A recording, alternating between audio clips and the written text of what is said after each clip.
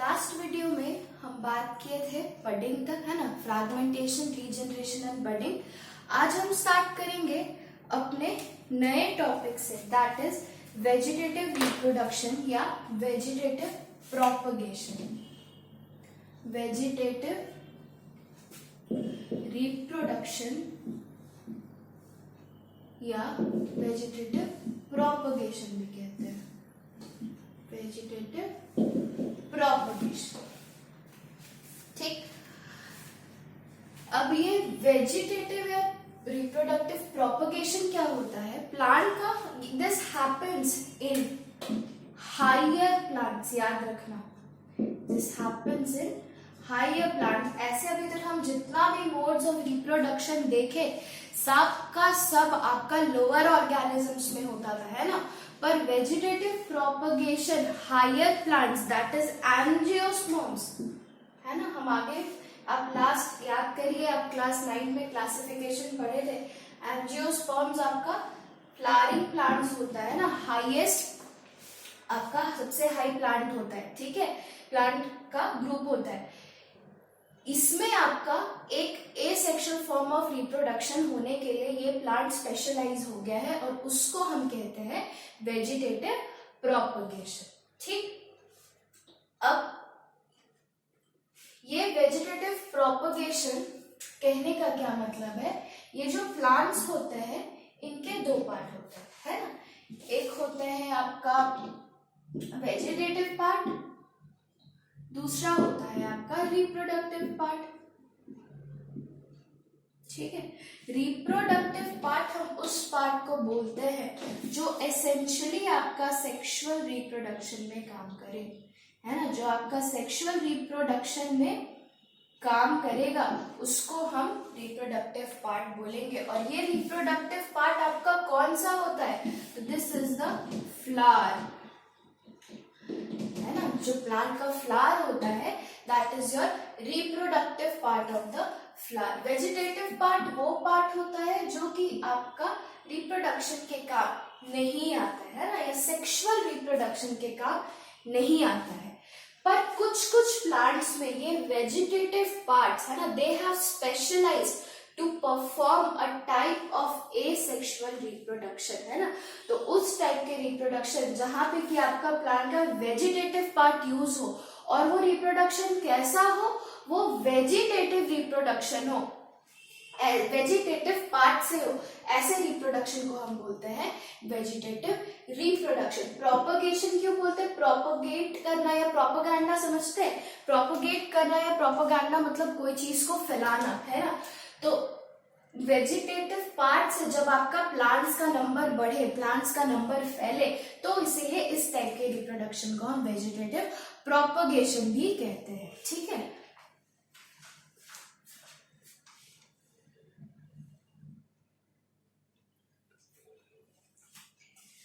तो चलिए हम डिफरेंट मोड्स ऑफ ये वेजिटेटिव रिप्रोडक्शन देखते हैं, है ना। तो प्लांट्स का क्या क्या वेजिटेटिव पार्ट हो गया? एक हो गया आपका स्टेम, दूसरा हो गया लीव्स एंड तीसरा हो गया रूट्स, है ना। ब्रांचेस और स्टेम मोर और लेस हम लोग सेम ही कंसिडर कर लेते हैं, सेम नहीं करते, मतलब वेजिटेटिव रिप्रोडक्शन के लिए स्टेम या ब्रांचेस आप जो बोल लीजिए एक ही हो जाता है। ठीक है, चलिए, तो सबसे पहला वेजिटेटिव रिप्रोडक्शन हम जो देखते हैं, हम देखते हैं अपना सबसे पहला, that is with the help of stem, है ना। स्टेम की मदद से किसमें होता है आप बताओ? ऐसा कौन सा प्लांट है जिसका कि आप स्टेम लगाइएगा और नया प्लांट हो जाएगा? बताओ बताओ, टेल मी। रोज सबसे पहला, ठीक है, उसके अलावा शुगर केन, उसके अलावा शुगर केन, ठीक है। उसके बाद ब्रांचेस भी हम कर ही लेते हैं, ब्रांचेस, ठीक है। ब्रांच आपका जनरली यूज होता है जैस्मिन में, ठीक है, जैस्मिन में या रोज में भी हम कह सकते हैं ब्रांच का यूज होता है। तो जैस्मिन में क्या किया जाता है कि ऐसे करके जब जैस्मिन का प्लांट बढ़ता है ना, तो उसका ब्रांचेस को ऐसे नीचे खींच के है ना, मिट्टी के अंदर दबा दिया जाता है। ऐसे दबाया जाता है कि दूसरे एंड से उसका थोड़ा सा निकल जाए, कुछ इस तरीके से। जैसे हम मान लेते हैं जैस्मिन का प्लांट है, एक ब्रांच को खींच करके ऐसे करके निकाल दिया, है ना, और यहाँ पे मिट्टी में दबा दिया, इतना पार्ट मिट्टी में दबा दिया, और आपका ये पार्ट जो है आपका ये यहाँ पे ऐसे एयर में रह गया। तो बाद में क्या होता है, फिर इस पार्ट से आपका रूट्स आ जाता है ना, फिर इसको यहाँ से कट कर दिया जाता है, तो ये आपका जैस्मिन का न्यू प्लांट बन जाता है ना। तो ब्रांचेस की मदद से आपका जैस्मिन हो सकता है, ठीक है। अच्छा, स्टेम का आप और एग्जाम्पल दीजिए। स्टेम का बहुत लोग इसमें कंफ्यूज रहते हैं, हम आपको बता दें, पोटैटो है ना, आलू, पोटैटो ये आपका स्टेम होता है। जो नॉर्मल आलू आप खाते हैं that is not the root of the plant. बहुत लोग कंफ्यूज रहते हैं। पोटैटो जो होता है that is the stem of the plant, आप याद रखिएगा। और उसमें आई होता है ना, आई ऑफ द पोटैटो, उसको अगर आप लगाइएगा तो उसमें से नया प्लांट निकलेगा। कई बार तो ऐसे ही आप घर में आलू रखा हुआ होगा, उसमें से देखिएगा उसके आई में से व्हाइट व्हाइट आपका निकलता है ना, तो दोज आर प्लांट्स, है ना, वो डायरेक्टली उससे प्लांट्स होता है। हम आगे बताएंगे कि वहां से प्लांट्स क्यों निकलते हैं, ठीक है। थर्ड आते हैं हम रूट्स में, है ना, तो रूट्स का आप एग्जाम्पल दीजिए। अच्छा, इसके पहले स्टेम का और एग्जाम्पल दो। आपका जिंजर हो गया, है ना, जिंजर मतलब अदरक, ठीक। और बताइए टर्मरिक, टर्मरिक मतलब हल्दी। ये सब क्या होते हैं, दीज ऑल आर स्टेम्स, है ना, और इनके स्टेम से आप वेजिटेटिव प्रोपगेशन कर सकते हैं, ठीक है। रूट्स पे आते हैं, तो रूट्स का एग्जांपल आपका हो जाएगा स्वीट पोटैटो, है ना, पोटैटो नहीं स्वीट पोटैटो, शकरकंद जिसको बोलते हैं, है ना। Sweet potato is the root of the plant, और उसमें से आपका उसका जो आई होता है उसमें से आपके नए प्लांट्स निकल सकते हैं, ठीक है। लास्टली हम आते हैं आपका लीव्स, ठीक है। तो एक प्लांट है जिसके लीव्स से नया प्लांट्स निकल जाता है ना। The name of that plant is Bryophyllum, है ना। बहुत सारे स्कूल्स वगैरह में भी आपका रहता है, उसका पत्ता ऐसे ही नीचे टच किया और वहीं से आप देखिएगा कि न्यू प्लांट निकल आया, है ना, ब्रायोफाइलम, ब्रायोफाइलम। तो ये जो चार तरह से आपका ये वेजिटेटिव प्रोपगेशन हायर प्लांट्स में हो सकता है, ठीक है।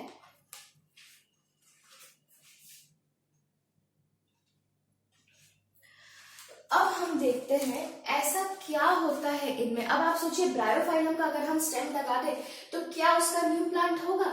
रोज का अगर हम लीफ लगा दे या उसका रूट लगा दे तो क्या उसका नया प्लांट होगा, उसका नया प्लांट नहीं होगा। तो ये सब स्ट्रक्चर्स जहां से कि आपका वेजिटेटिव प्रोपगेशन होता है, इन सब में ऐसा क्या होता है कि आपका न्यू प्लांट, न्यू ऑर्गेनिज्म इनसे प्रोड्यूस हो पाता है। तो चलिए हम देखते हैं।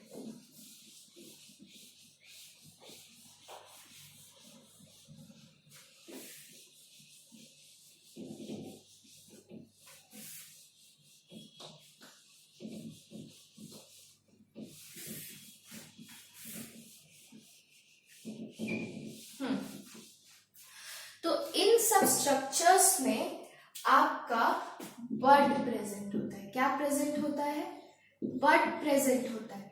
ये जो बर्ड्स होते हैं, कोई भी प्लांट का दो पार्ट होता है। हम स्टेम का अगर देखें तो दो पार्ट होता है, एक होता है नोड्स, एक होता है नोड्स और दूसरा होता है इंटरनोड, है ना। ये जो जगह होता है प्लांट में, देखिए ना, कोई भी अगर आप एक स्टेम ले लीजिएगा तो उसमें आपको जगह जगह पे ऐसे मतलब टेढ़ा टेढ़ा जहां से दिखता है इस टाइप का, उन जगह को हम नोड्स कहते हैं, है ना। और दो नोड के बीच का जो जगह होता है उसको हम इंटरनोड कहते हैं। इंटर मतलब बीच में, उसको हम इंटरनोड कहते हैं।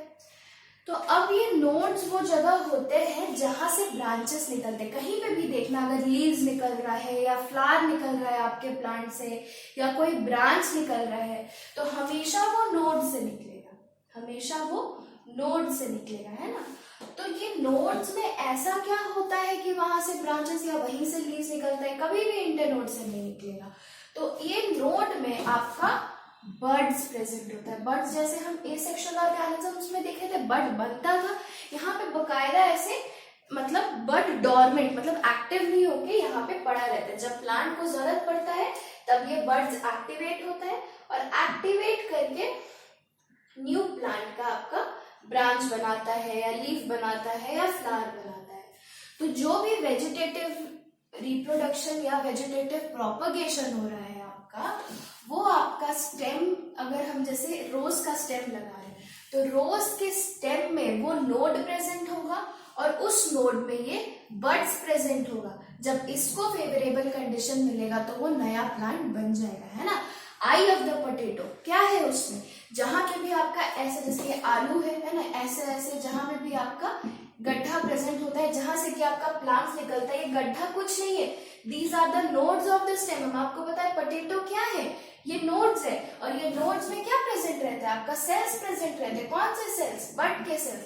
जैसे ही इसको फेवरेबल कंडीशन मिलेगा ये नया प्लांट बना देगा, ठीक है। ब्रायोफिल्म का लीफ हुआ, है ना, आपके बुक में बहुत अच्छा सा डायग्राम दिया है, ऐसे करके ब्रायोफाइलम का आपका लीफ हुआ, है ना। ये सब आपका ये ब्रायोफिल्म का लीफ जहाँ पे नॉचेस होता है ना, यहाँ पे आपका नोड्स प्रेजेंट होता है और नोड्स में क्या प्रेजेंट होता है, बड प्रेजेंट होता है। जैसे ही वो बड को सॉइल का कांटेक्ट मिला वो क्या करेगा, नया प्लांट में ग्रो कर जाएगा, है ना। तो सब चीज में ऐसे ही होता है। कहीं से भी अगर वेजिटेटिव प्रोपगेशन की मदद से अगर आपका नया प्लांट बन रहा है तो बाबू याद रखना कि वहां पे नोड प्रेजेंट होगा और नोड प्रेजेंट होने की वजह से वहां पे बड प्रेजेंट होगा और वो बड ही आपका नया प्लांट या नया ब्रांच या नया लीफ बनाता है, ठीक है। तो दिस इज वाई आपका किसी किसी पार्ट से सेक्सुअल रिप्रोडक्शन होता है। उन बर्ड्स के पास कैपेबिलिटी होता है कि फेवरेबल कंडीशन, अच्छा कंडीशन, सॉइल, मॉइस्चर, सनलाइट मिलने पे वो नया प्लांट बना सकता है, ठीक है। नेक्स्ट टॉपिक है आपका एडवांटेजेस ऑफ वेजिटेटिव रिप्रोडक्शन, है ना। Advantages of vegetative reproduction. Vegetative reproduction या प्रोपगेशन का बहुत एडवांटेज और क्वेश्चन आता ही है स्कूल एग्जाम में, है ना। अगर आपका कोई स्कूल का एग्जाम होने वाला होगा तो उसमें आपका एडवांटेज ऑफ एसेक्सुअल रिप्रोडक्शन आएगा ही आएगा, है ना। एसेक्सुअल या वेरी सॉरी वेजिटेटिव प्रोपगेशन का आपको इंपॉर्टेंस आएगा ही आएगा, ठीक है। तो सबसे पहला इंपॉर्टेंस आप लिखिएगा कि इसमें जो आपका इस प्रोसेस से जो आपका प्लांट्स प्रोड्यूस होता है वो जल्दी प्रोड्यूस हो जाता है ना। हम इसको जल्दी जल्दी बना सकते हैं। अगर इन कंपैरिजन अगर आप सीड लगाइए, है ना, सीड लगाइएगा, फिर वो सीड जर्मिनेट करेगा, जर्मिनेट करके वो प्लांट बनाएगा, फिर वो बढ़ेगा। उससे अच्छा क्या है, डायरेक्टली कट करके आपका वेजिटेटिव प्रोपगेशन कर दिए, प्लांट तो ऐसे ही बना है, तुरंत बढ़ जाएगा, है ना। तो ये क्या करेगा आपका, फर्स्ट इज कि द प्लांट्स प्रोड्यूस्ड, लिखो advantages of vegetative reproduction. The plants produced by this method, है ना, grow very fast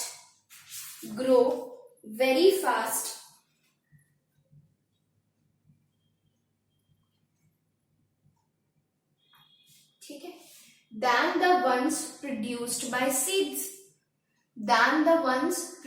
by seeds, ठीक है। सेकेंड लिखो, as they grow fast they bear मतलब उनमें होता है ना, फल होता है, फूल होता है, ठीक है। they bear fruits and flowers या flowers and fruits earlier than the plants produced from seeds, ठीक है। ये आपका सेकेंड पॉइंट हो गया। थर्ड पॉइंट देखो, ठीक है। सीड जब आप लगाइएगा, एक सीड लगाइएगा, एक प्लांट प्रोड्यूस होगा। वेजिटेटिव प्रोपगेशन अगर हम कर रहे हैं, एक प्लांट से हम ढेर सारा प्लांट एक बार में many number of plants produce कर सकते हैं। ठीक है, तो लिखो one seed produces only one plant, one seed produces only one plant,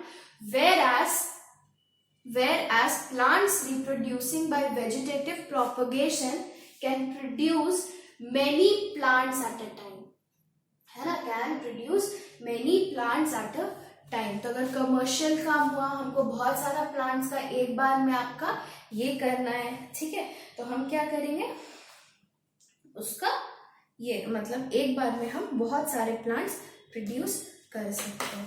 ठीक है, चलिए फोर्थ पॉइंट लिखिए।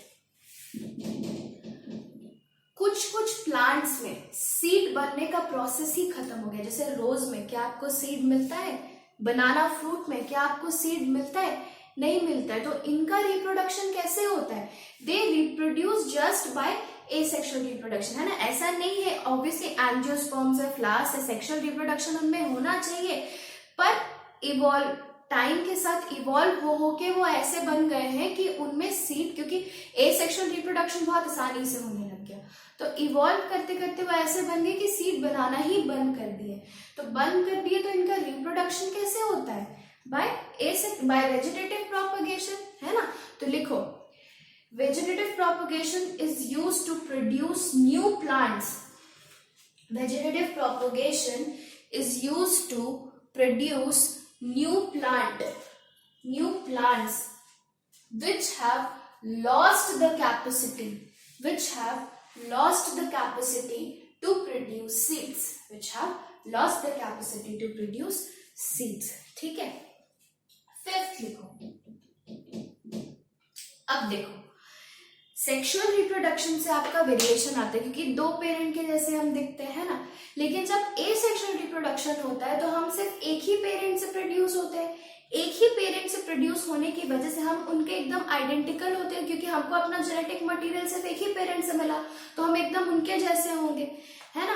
तो कई बार क्या होता है, जब मतलब कोई एकदम बहुत अच्छा वेराइटी का हमको प्लांट मिलता है, या जैसे हम मान लेते हैं कोई मैंगो का ट्री है, ठीक है, या कोई हम मान लेते हैं रोज का वेराइटी है, ठीक है। अब वो रोज का वेराइटी बहुत अच्छा है, बहुत अच्छा दिखने में भी है, उसमें मतलब स्मेल भी बहुत अच्छा है।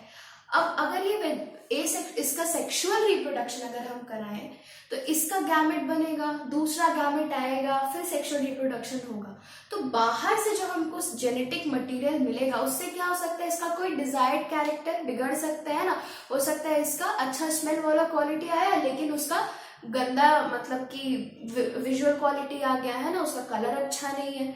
तो कोई भी जो डिजायर्ड प्लांट होता है जिसको बहुत अच्छा कैरेक्टर्स है सब उसमें, और हम उसका कोई कैरेक्टर कॉम्पोजिशन चेंज नहीं करना चाहते, तो हम चाहते हैं कि हम उसका एसेक्सुअल रिप्रोडक्शन कराएं। क्यों? क्योंकि एसेक्सुअल रिप्रोडक्शन या वेजिटेटिव प्रोपगेशन कराएंगे तो हमको सेम टू सेम वैसे ही प्लांट मिलेगा जैसा कि वो है ना। सिंस सेक्सुअल रिप्रोडक्शन नहीं हुआ, कोई वेरिएशन नहीं मिलेगा, ठीक है। तो हम लोग एसेक्सुअल रिप्रोडक्शन या वेजिटेटिव प्रोपगेशन को यूज करते हैं ताकि हम लोग एकदम क्लोन, एकदम आइडेंटिकल डिजायर्ड प्लांट जैसा था वैसे ही और नंबर्स में बना पाए, है ना। तो लिखो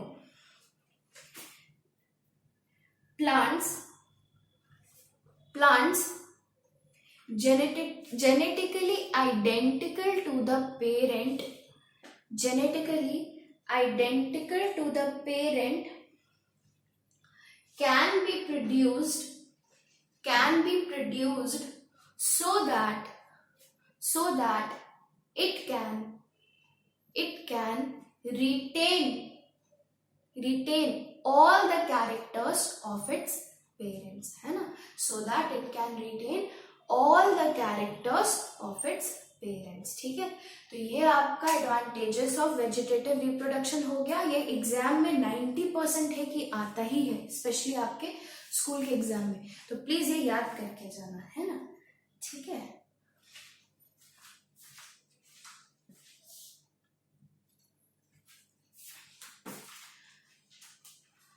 अब एक और टाइप का है आपका asexual reproduction, that is spore form, अच्छा स्पोर फॉर्मेशन से पहले हम आपको थोड़ा सा टिश्यू कल्चर के बारे में बताना चाहेंगे, है ना। Tissue culture is also a type of asexual reproduction.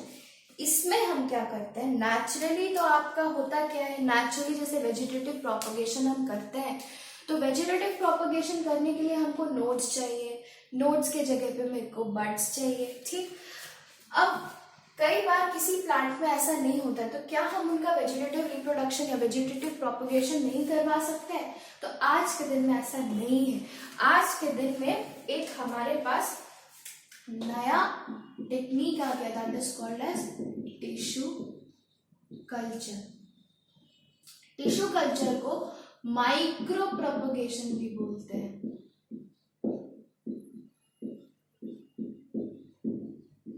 ठीक है, this is also very important, है ना। टिश्यू कल्चर को हम माइक्रो प्रोपगेशन भी बोलते हैं। अब क्यों बोलते हैं समझिए। हम क्या करते हैं, किसी भी प्लांट का अगर हमको एसेक्सुअल रिप्रोडक्शन कराना है, हम उसका थोड़ा सा, एकदम थोड़ा सा, है ना, द माइक्रो का क्वांटिटी में, माइक्रो मतलब समझते हैं 10⁻⁻⁶ को हम माइक्रो बोलते हैं ना एक। और माइक्रो हम क्यों कहते हैं, माइक्रोस्कोप, माइक्रो वर्ड आया कहाँ से, माइक्रो वो रेंज होता है जो कि हम अपने नॉर्मल आई से विजुअलाइज नहीं कर सकते, है ना। मतलब अगर कोई भी चीज मेरा माइक्रोन के साइज का है तो हम उसको देख नहीं पाएंगे अपने नेकेड आई से, है ना। तो माइक्रो प्रोपगेशन मतलब इतना कम सेल्स लिए जिसको हम अपने आंख से देख भी नहीं सकते, उन सेल्स को हम क्या करते हैं, एक मीडियम में, है ना, एक न्यूट्रिएंट मीडियम में ट्रांसफर करते हैं, है ना। उस सेल्स को हम लिए, ग्रुप ऑफ सेल्स को लिए, उसको न्यूट्रिएंट मीडियम में ट्रांसफर किए।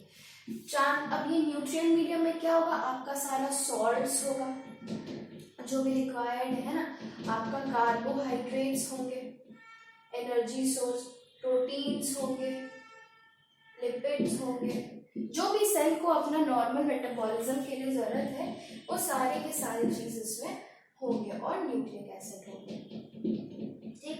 इसके साथ आपका 2 प्लांट हार्मोन प्रेजेंट होता है ना। हम आगे जब जाएंगे, आपका कंट्रोल एंड कोऑर्डिनेशन जब आप पढ़ेंगे तो आपको पता चलेगा प्लांट का हार्मोन होता है। एक हार्मोन होता है ऑक्सिन, मतलब 5 हार्मोन होता है, उसमें से एक होता है ऑक्सिन और एक होता है साइटोकाइन, ठीक है।